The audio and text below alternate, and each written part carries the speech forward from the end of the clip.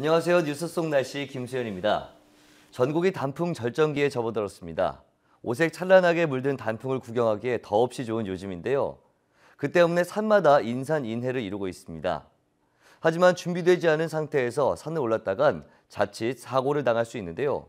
통계를 봐도 산악사고가 특히 이맘때 많이 발생합니다. 더 자세한 이야기 국립공원관리공단 한혁 과장과 함께하겠습니다. 과장님 안녕하세요. 네, 안녕하십니까. 네.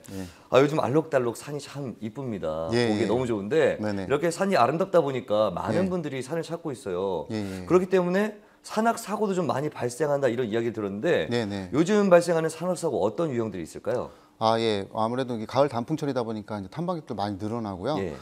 그러다 보니까 이제 평소에 산행하지 않던 분들이 이제 많이 증가한 뜻이기도 합니다. 그렇죠. 그러다 보니까 어떤 준비가 미흡하거나 그리고 이제 그 개인 부주의에 의한 실수에 의한 사고들이 많이 증가하는데 가을철 그 사고 유형을 보면 보통 그 무리하게 산행에 의한 어떤 탈진과 근육경련 예. 이런 사고들이 많이 있고요. 그리고 또 미끄러져 발생하는 상처나 염좌에 의한 사고들이 대부분을 차지합니다. 예. 그렇다면은 아무래도 등산을 하기 전에 응급처치 용품을 좀 챙기면 좋을 것 같은데 어떤 네. 것들을 좀 챙기면 될까요? 예. 응급처치용품, 우리들이 흔히 알고 있는 기본적인 응급처치용품으로는요, 탄력붕대라든가 거즈, 그리고 반창고, 밴드, 일종의 소독약인데요. 포비돈이나 또 벌레 물린 데 바르는 약, 그리고 근육의 긴장을 풀어줄 수 있는 스프레이 파스 등이 있습니다. 근데 이제 우리가 산을 찾는 이유 중 가장 중요한 이유 중에 하나가 바로 건강 때문인데요. 우리가 스프레이 파스를 뿌려가면서 또 무릎 보호대를 하면서 산행한다는 것은 이건 건강이 아니라 몸을 완전히 망치는 겁니다. 그래서 이런 잘못된 산행 습관과 문화가 어떤 부상과 사망성을 증가시키고 또 어떤 사회적 이런 간접 비용 같은 것도 많이 증가시키는데요.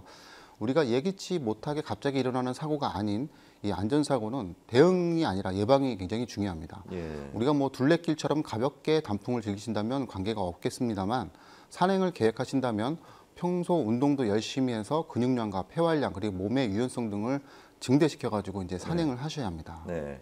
등산 시 주의사항을 좀 살펴보면 여벌의 옷을 좀 많이 준비해야 된다 이런 말이 있는데 이게 아무래도 저체온증 때문이 아닐까 싶습니다. 저체온증은 어떤 건지 이것도 좀 자세하게 짚어주시죠. 예. 지금 말씀하신 것처럼 산행 중에 가장 중요한 것은 이제 체온 유지인데요. 우리가 산행을 하면서 입고 먹고 마시는 이유는 에너지를 충분히 공급해서 몸이 지치지 않게 하기 위함입니다.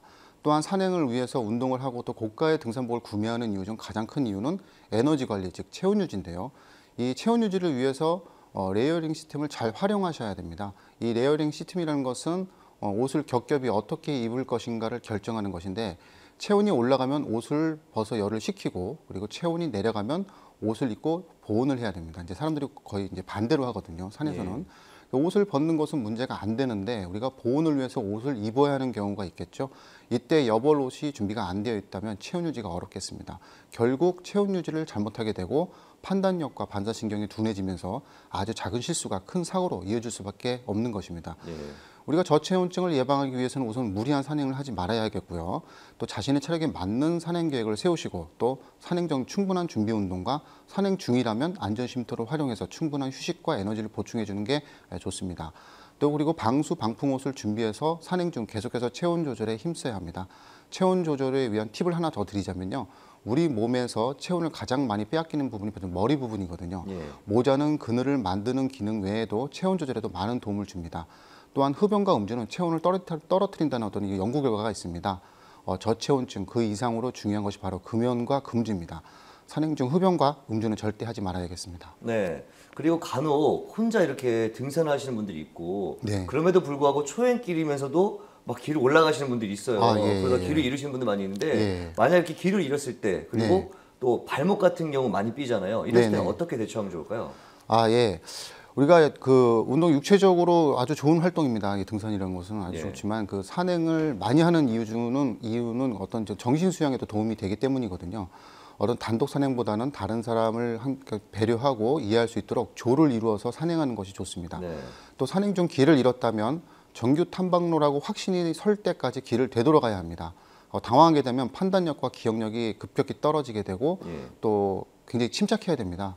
그래도 이제 길을 못 찾았다면 능선에 올라서서 주위에 랜드마크가 될 만한 것을 찾고 조난 신고를 해야 됩니다. 위치를 정확히 알리는 것은 구조 시간을 단축시키는 데 매우 중요한 요소입니다. 긴급 상황에 대비하기 위해서 응급처치법을 배워두시는 것도 굉장히 중요하고요. 만약 발목 같은 것을 만약 삐었다고 하면은 부상 부위에 냉찜질을 해주시고 그리고 압박 붕대들을 이용해가지고 부상 부위에 압력을 가해서 붓기와 고통을 줄여줘야 됩니다. 그래서 단독 산행보다는 조를 이루어서 산행을 한다면 긴급 상황이 발생했을 때 어떤 일행들의 도움을 받을 수가 있습니다. 참고로 저희 국립공원관리공단에서는 전국 국립공원의 다목적 위치 표지판이라는 것을 설치해 놓았습니다. 예. 경찰과 소방이 함께 위치 정보를 공유하기 때문에 위치 번호를 신고할 경우 보다 빠른 도움을 받을 수가 있습니다. 그리고 이제 국립공원 산행정보 앱을 설치해서 실행을 한다면 각종 산행 정보들을 무료로 제공받을 수가 있을 뿐만 아니라 또 탐방로를 벗어나게 되면 알림 신호를 받을 수가 있고요. 예. 또 산행정보 앱에는 비콘 시스템들이 반영이 돼 있어서 어떤 위험 구간에 근접하게 되면 위험 정보를 사전에 알려주는 그런 기능들도 있습니다. 네, 그렇군요. 그리고 좀 열심히 이렇게 정상까지 올라가다 보면 땀도 좀 나고 덥지 네. 않습니까? 그러다 보면 정상주라고 하죠. 정상에 네. 올라서 시원하게 이렇게 한 잔, 두 잔 네. 마시는 분들이 있는데 이게 사실은 큰 문제예요. 맞습니다. 네, 그렇죠. 얼마나 문제가 되는지 모르는 분들이 있기 때문에 네. 한번 좀 자세하게 짚어주시죠. 예, 우리가 산행을 하면 호흡도 빨라지고 맥박도 빨라지지 않습니까? 지금 많은 양의 운동으로 인해서 에너지가 필요하고 또 우리의 몸, 각 모세혈관들의 산소 영양분을 공급하게 됩니다. 네. 또 장시간 산행을 하게 되면 이제 더 많은 혈액을 공급하게 되기 위해서 이제 혈관들이 확장되게 되지 않습니까? 이때 술을 먹음으로 해가지고 혈관을 더 확장시킨다면 우리 몸에 무리가 간다는 얘기입니다. 예. 그러면 정상적인 사람도 몸이 많이 힘들어지겠죠. 하물며 뭐 고혈압이라든가 저혈압, 또 당뇨 같은 질병을 가지고 있다면은 이거는 자살 행위와도 같습니다. 저희가 산악 구조 시에 그 어떤 긴급 상황에서 음주 측정을 할 수 있는 어떤 그런 실정은 아니거든요. 그래서 신속하게 환자를 이송해야 되는 상황에서 술을 마셨냐 안 마셨냐를 따질 겨를이 없는 겁니다. 하지만 술 냄새가 나는 경우가 굉장히 많습니다. 이 얘기는 술이 사고의 주요 원인이라고 하는 반증이기도 합니다. 산행 중 음주는 절대 하지 말아야 되겠습니다. 네. 마지막으로 우리 아름다운 우리 산 더욱더 즐겁게 즐길 수 있는 방법이 있다면 어떤 것들이 있는지 설명 좀 해주시죠. 예, 제가 이제 사고 현장을 출동해서 이제 탐문을 하다 보면 대부분 산행 시작부터 뭔가 잘못되었다는 걸 많이 느낍니다. 네. 즉 이제 출발부터 사고에 대한 징조가 여러 나타나게 되는데요. 네. 우리가 산 정상을 가야 한다는 어떤 잘못된 산행 문화로 이제 그런 위험 신호들을 인지하지 못한다거나 또 무시하는 경향이 있는 것 같습니다. 평소 운동량도 부족하고 또 음주와 또 수면 부족으로 과로에 시달리면서 산행 목표를 산 정상으로 정한다면 사고가 일어날 수밖에 없습니다. 네. 모든 산악 교재에는 최종 목적지가 산 정상이 아니라 집이라고 나와 있습니다. 내 몸에 맞는 목표를 정하고 거기에 맞는 계획을 철저히 세우면서 예기치 못하는 상황에 대비한다면 언제든지 즐겁고 안전한 산행을 즐기실 수가 있다는 것을 반드시 기억하셔야 되겠습니다. 네. 최종 목적지가 산 정상이 아니라 우리 집이다. 굉장히 교훈이 되는 말인 것 같습니다. 네. 네, 오늘 말씀 고맙습니다. 네, 감사합니다. 골짜기마다 능선마다 화려한 자태를 뽐내고 있는 단풍. 그러나 그 화려함 속엔 예기치 않은 위험이 존재하는데요.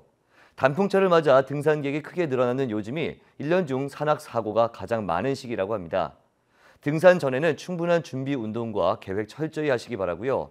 무리한 산행보다는 자기의 몸에 맞는 산행으로 더욱 아름다운 우리 산을 즐겨보시기 바랍니다. 뉴스 속 날씨 오늘 준비한 소식은 여기까지입니다. 시청해주신 여러분 고맙습니다.